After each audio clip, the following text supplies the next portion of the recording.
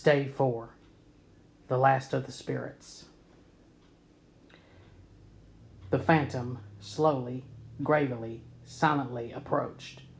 When it came near him, Scrooge bent down upon his knee, for in the very air through which this spirit moved, it seemed to scatter gloom and mystery.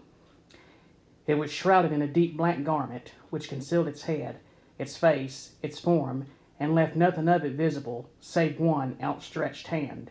But for this, it would have been difficult to detach its figure from the night and separate it from the darkness by which it was surrounded. He felt that it was tall and stately when it came beside him, and that its mysterious presence filled him with a solemn dread. He knew no more, for the spirit neither spoke nor moved.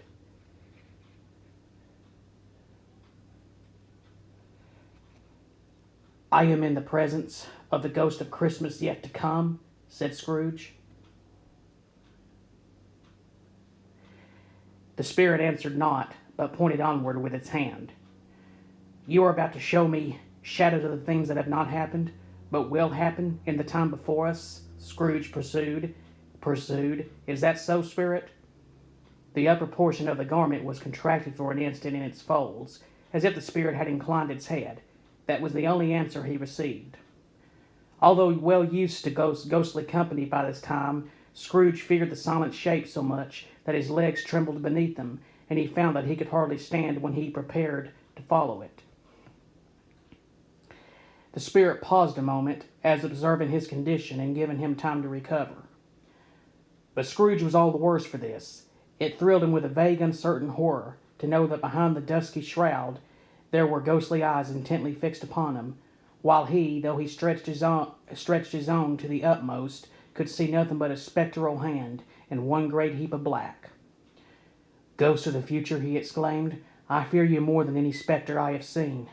But as I know your purpose is to do me good, and as I hope to live to be another man from what I was, I am prepared to bear you company, and do it with a thankful heart. Will you not speak to me?" It gave him no reply. The hand was pointed straight before them. "Lead on," said Scrooge. "Lead on. The night is waning fast, and it is precious time to me. I know. Lead on, spirit."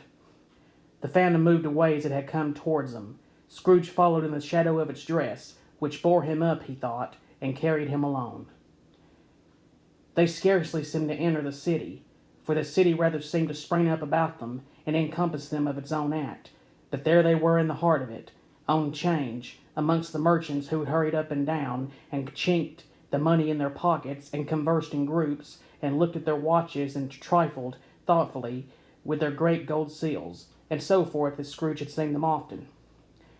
The spirit stopped beside one little knot of businessmen. Observing that the hand was pointed to them, Scrooge advanced to listen to their talk. "No," said a great fat man with a monstrous chin. I don't know much about it either way. I only know he's dead." "When did he die?" inquired another. "Last night, I believe." "Why, what was the matter with him?" asked a third, taking a vast quantity of snuff out of a very large snuff-box. "I thought he'd never die." "Oh, God knows," said the first with a yawn. "Why, what has he done with his money?" asked a red-faced gentleman with a pendulous excrescence on the end of his nose that shook like the gills of a turkey-cock.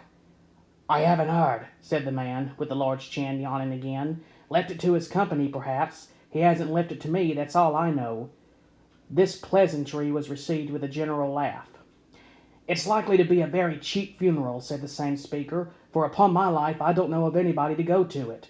Suppose we make up a party and volunteer?" "I don't mind going if a lunch is provided," observed the gentleman with the excrescence on his nose, "but I must be fed if I make one."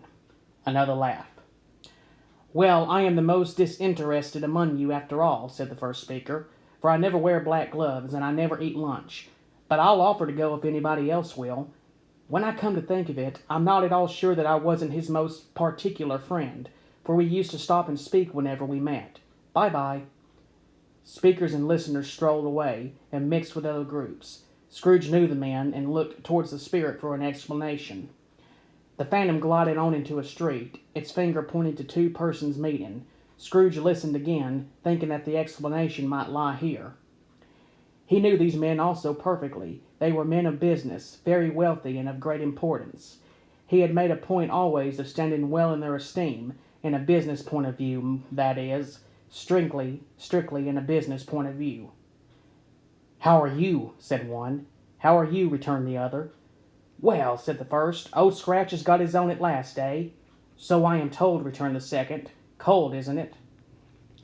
"Seasonable for Christmas time. You are not a skater, I suppose?" "No, no, something else to think of. Good morning." Not another word. That was their meeting, their conversation, and their parting.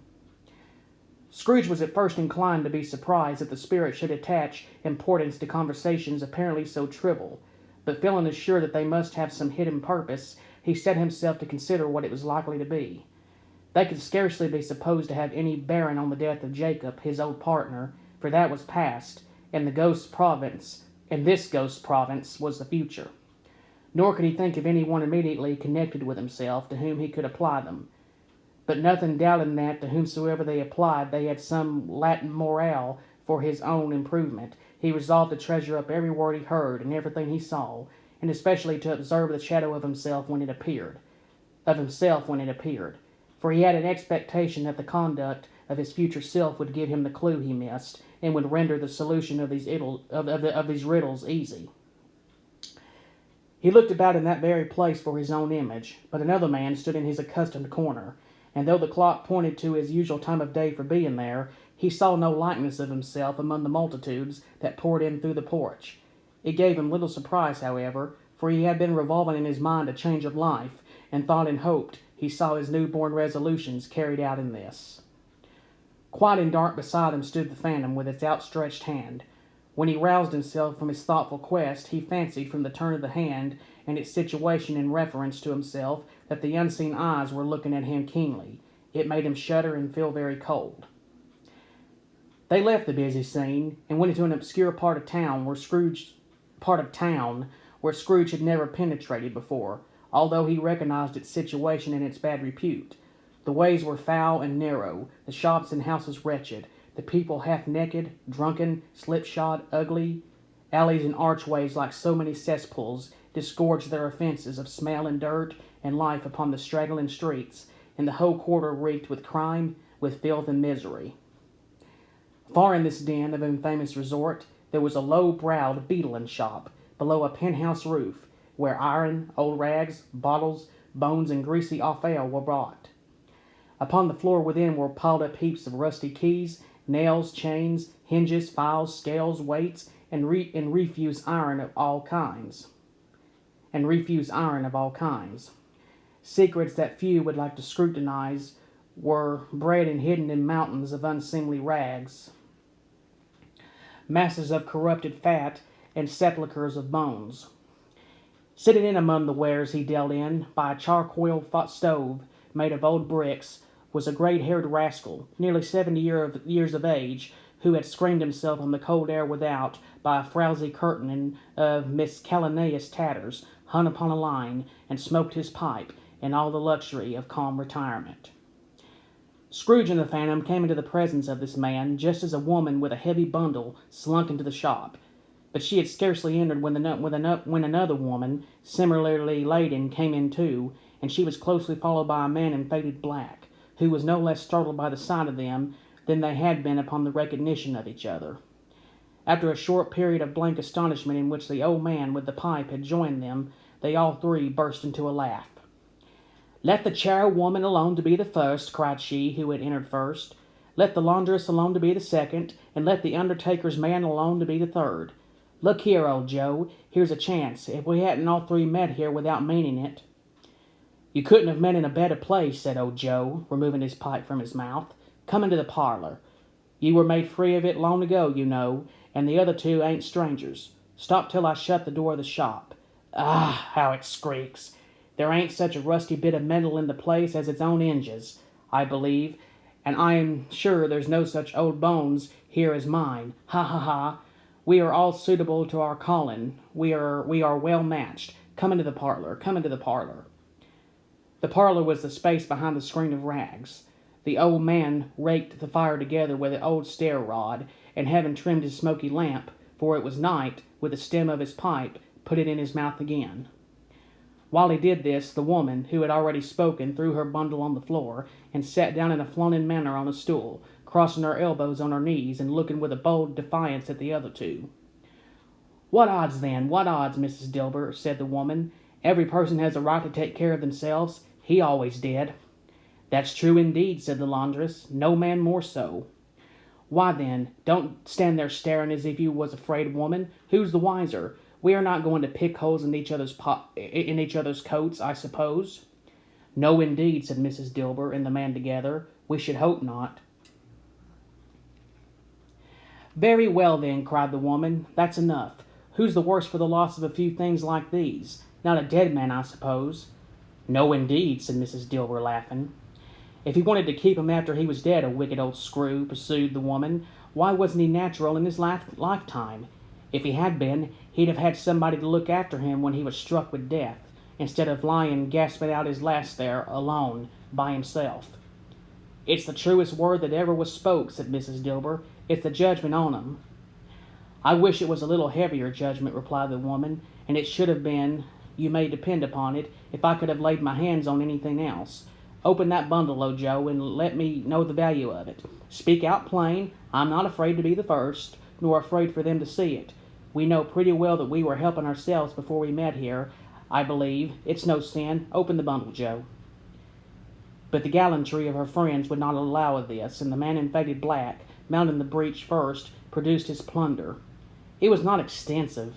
A seal or two, a pencil case, a pair of sleeve buttons, and a brooch of no great value were all. They were severally examined and appraised by old Joe, who chalked the sums he was disposed to give for each upon the wall, and added them up into a total when he found there was nothing more to come. "That's your account," said Joe, "and I wouldn't give another sixpence if I was to be boiled for not doing it. Who's next?" Mrs. Dilber was next. Sheets and towels, a little wearing apparel, 2 old-fashioned silver teaspoons, a pair of sugar tongs, and a few boots. Her account was studied on the wall in the same manner. "I always give too much to ladies. It's a weakness of mine, and that's the way I ruin myself," said old Joe. "That's your account. If you asked me for another penny and made it an open question, I'd repent of being so liberal and knock off half a crown." Now undo my bundle, Joe," said the first woman. Joe went down on his knees for the greater convenience of opening it, and having unfastened a great many knots, dragged out a large and heavy roll of some dark stuff. "What do you call this?" said Joe. "Bed curtains?" "Ah," returned the woman, laughing and leaning forward on her crossed arms. "Bed curtains." "You don't mean to say you took him down, reins and all, with him lying there?" said Joe. "Yes, I do," replied the woman. "Why not?" "You were born to make your fortune," said Joe, "and you'll certainly do it." "I certainly shan't hold my hand when I can get anything in it by reaching it out for the sake of such a man as he was, I promise you, Joe," returned the woman coolly. "Don't drop that oil upon the blankets now." "His blankets?" asked Joe. "Whose else do you think?" replied the woman. "He isn't likely to take cold without 'em, I dare say." "I hope he didn't die of anything catching, eh?" said old Joe, stopping in his work and looking up. "Don't you be afraid of that," returned the woman. "I ain't so fond of his company that I'd loiter about him for such things if he did. Ah, you may look through that shirt till your eyes ache, but you won't find a hole in it, not a threadbare place. It's the best he had, and a fine one too. They'd have wasted it if it hadn't been for me." "What do you call wasting of it?" asked old Joe. "Putting it on him to be buried in, to be sure," replied the woman with a laugh. "Ha! Somebody was fool enough to do it, but I took it off again. If calico ain't good enough for such a purpose, it isn't good enough for anything. It's quite as becoming to the body. He can't look uglier than he did in that one." Scrooge listened to this dialogue in horror. As they sat, grouped about their spoil in the scanty light afforded by the old man's lamp, he viewed them with a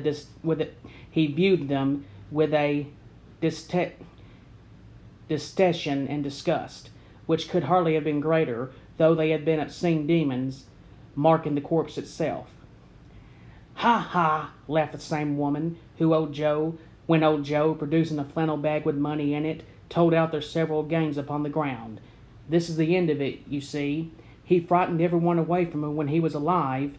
away from him when he was alive, to profit us when he was dead. Ha, ha, ha. Spirit, said Scrooge, shuddering from head to foot. I see. The case of this unhappy man might be my own. My life tends that way now. Merciful heavens! Merciful heaven! What is this? He recoiled in terror, for the scene had changed, and now he almost touched a bed, a bare uncurtained bed, on which beneath a ragged sheet there lay a something covered up, which, though it was dumb, announced itself in awful language. The room was very dark, too dark to be observed with any accuracy, though Scrooge glanced around it in obedience to a secret impulse, anxious to know what kind of room it was. A pale light, rising in the outer air, fell straight upon the bed, and on it, plundered and bereft, unwatched, unwept, uncared for, was the body of this man. Scrooge glanced towards the phantom. Its steady hand was pointed to the head. The cover was so carelessly adjusted that the slightest raising of it, the motion of a finger upon Scrooge's part, would have disclosed the face. He thought of it, felt how easy it would be to do, and longed to do it, but had no more power to withdraw the veil than to dismiss the spectre at his side. O cold, rigid, dreadful death, set up thine altar here, and dress it with such terrors as thou hast at thy command, for this is thy dominion. But of the loved, revered, and honored head, thou canst not turn one hair to thy dread purposes, or make one feature odious. It is not that the hand is heavy and will fall down when released. It is not that the heart and pulse are still, but that the hand was open, generous, and true, the heart brave, warm, and tender, and the pulse a man's. Strike, shadow, strike, and see his good deed springing from the wound, to sow the world with life immortal. No voice pronounced these words in Scrooge's ears, and yet he heard them when he looked upon the bed. He thought if this man could be raised up now, what would be his foremost thoughts? Avarice, hard dealing, gripping cares.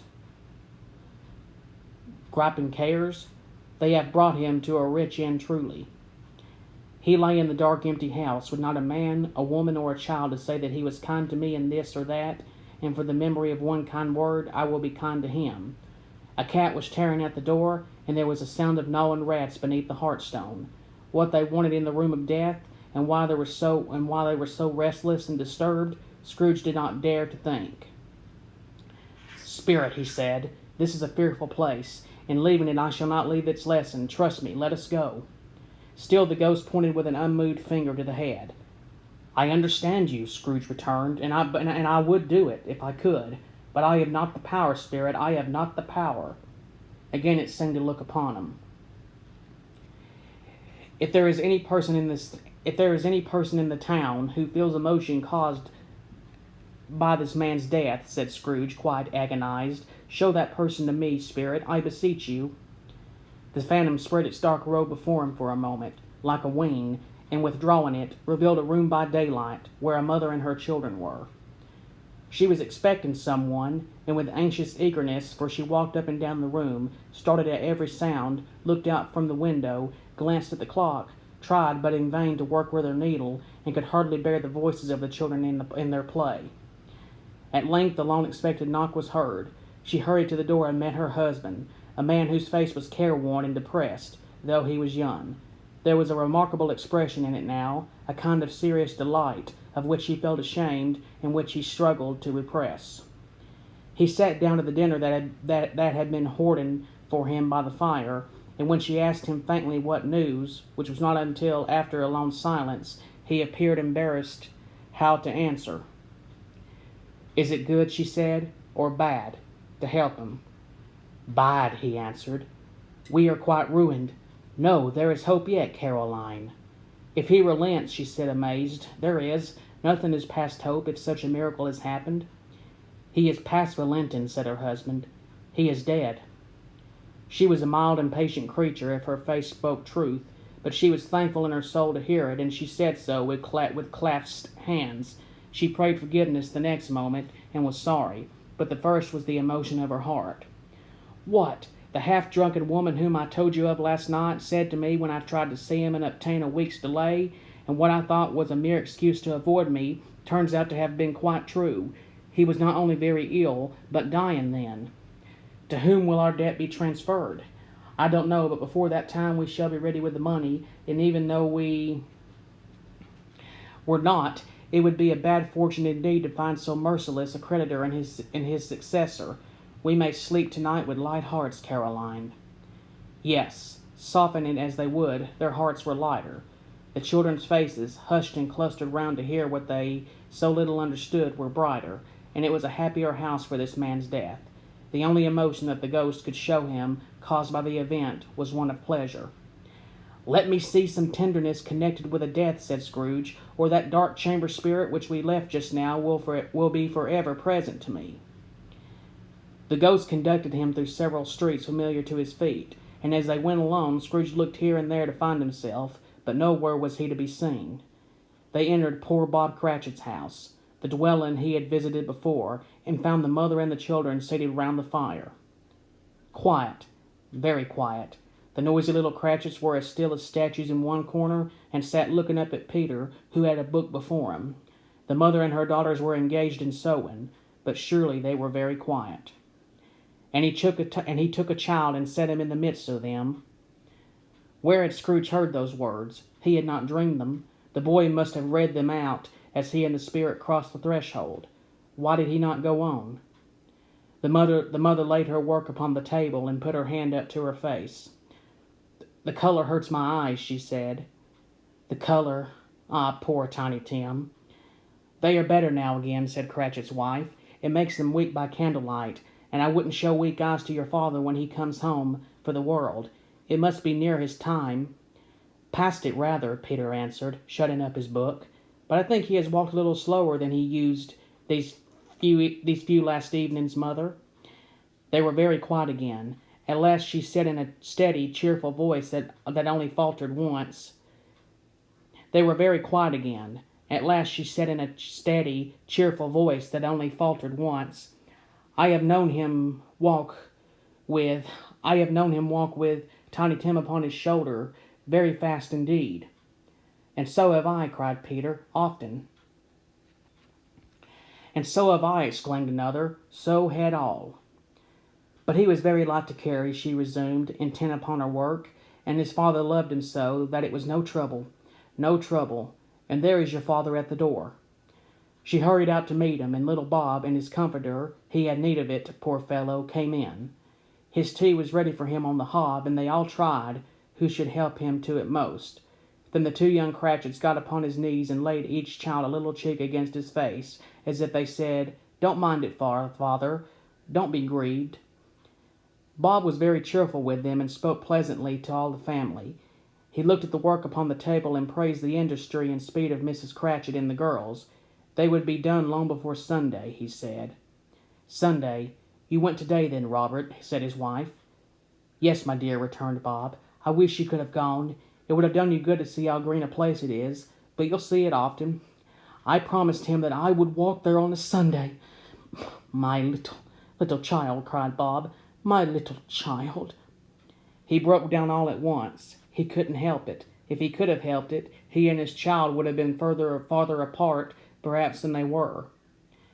He left the room and went upstairs into the room above, which was lighted cheerfully and hung with Christmas. There was a chair set close beside the child, and there were signs of someone having been there lately.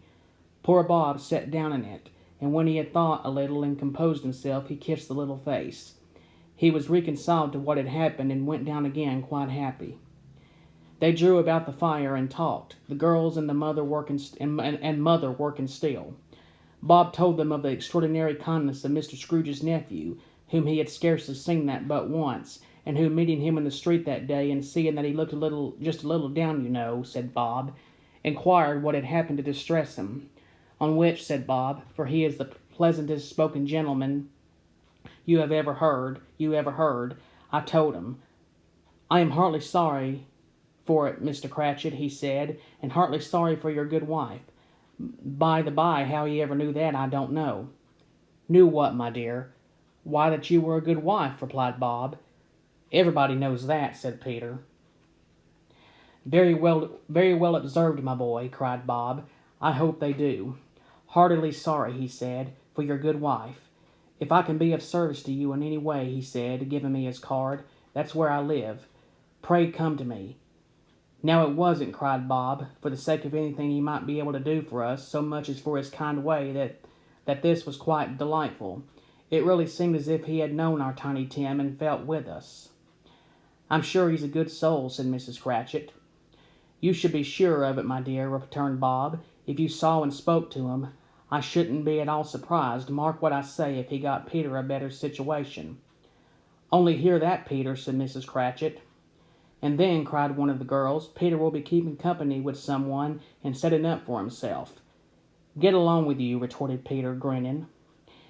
"It's just as likely as not," said Bob. "One of these days, though there's plenty of time for that, my dear. But however, and whenever we part from one another, I am sure we shall none of us forget poor Tiny Tim, shall we? Or this first parting that there was among us." "Never, father," cried they all. "And I know," said Bob, "I know, my dears, that when we recollect how patient and how mild he was, although he was a little child, we shall not quarrel easily among ourselves and forget poor Tiny Tim in doing it." "No, never, father," they all cried again. "I am very happy," said little Bob. "I am very happy." Mrs. Cratchit kissed him, his daughters kissed him, the two young Cratchits kissed him, and Peter and himself shook hands. "Spirit of Tiny Tim, thy childish essence was from God." "Spectre," said Scrooge, "something informs me that our parting moment is at hand. I know it, but I know not how. Tell me, what man that was whom we saw lying dead?" The ghost of Christmas yet to come conveyed him, as before, though at a different time, he thought. Indeed, there seemed no order in these latter visions, save that they were in the future, into the resorts of business men, but showed him not himself. Indeed, the spirit did not stay for anything, but went straight on, as to the end just now desired, until besought by Scrooge to tarry for a moment. "This court," said Scrooge, "through which we hurry now, is where my place of occupation is, and has been for a length of time. I see the house. Let me behold what I shall be in the days to come." The spirit stopped. The hand was pointed elsewhere. "The house is yonder," Scrooge exclaimed. "Why do you point away?" The inexorable finger underwent no change. Scrooge hastened to the window of his office and looked in. It was an office still, but not his. The furniture was not the same, and the figure in the chair was not himself. The phantom pointed as before. He joined it once again, and wondering why and whither he had gone, accompanied it until they reached an iron gate. He paused to look round before entering. A churchyard. Here then the wretched man, whose name he had now to learn, lay underneath the ground. It was a worthy place, walled in by houses, overrun by grasses and weeds, the growth of vegetation's death, not life, choked up with too much burying, fat with repleted appetite, a worthy place. The spirit stood among the graves and pointed down to one. He advanced towards it trembling. The phantom was exactly as it had been, but he dreaded that he saw new meaning in its solemn shape. "Before I draw near to that stone to which you point," said Scrooge, "answer me one question. Are these the shadows of the things that will be, or are they shadows of things that may be only?" Still the ghost pointed downward to the grave by which it stood. Men's courses will foreshadow certain ends to which, if preserved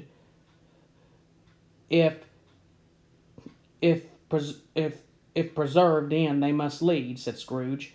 "But if the courses be departed from, the ends will change. Say it is thus with what you show me." The spirit was immovable as ever. Scrooge crept towards it, trembling as he went, and following the finger read upon the stone of the neglected grave his own name, Ebenezer Scrooge. "Am I that man who lay upon the bed?" he cried upon his knees.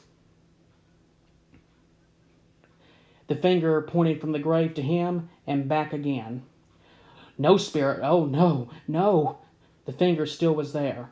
"Spirit," he cried, tight clutching at its robe, "hear me. I am not the man I was. I will not be the man I must have been, but for this intercourse. Why show me this if I am past all hope? For the first time the hand appeared to shake. Good spirit, he pursued, as down upon the ground he fell before it, your nature intercedes for me and pities me. Assure me that I yet may change these shadows you have shown me by an altered life. The kind hand trembled. I will honor Christmas in my heart and try to keep it all the year. I will live in the past, the present, and the future. The spirits of all three shall strive within me. I will not shut out the lessons that they teach. Oh, tell me I may sponge away the writing on this stone. In his agony he caught the spectral hand. It sought to free itself, but he was strong in his entreaty and detained it. The spirit, stronger yet, repulsed him. Holding up his hands in a last prayer to have his fate reversed, he saw an alteration in the phantom's hood and dress. It shrunk, collapsed, and dwindled down into a bedpost.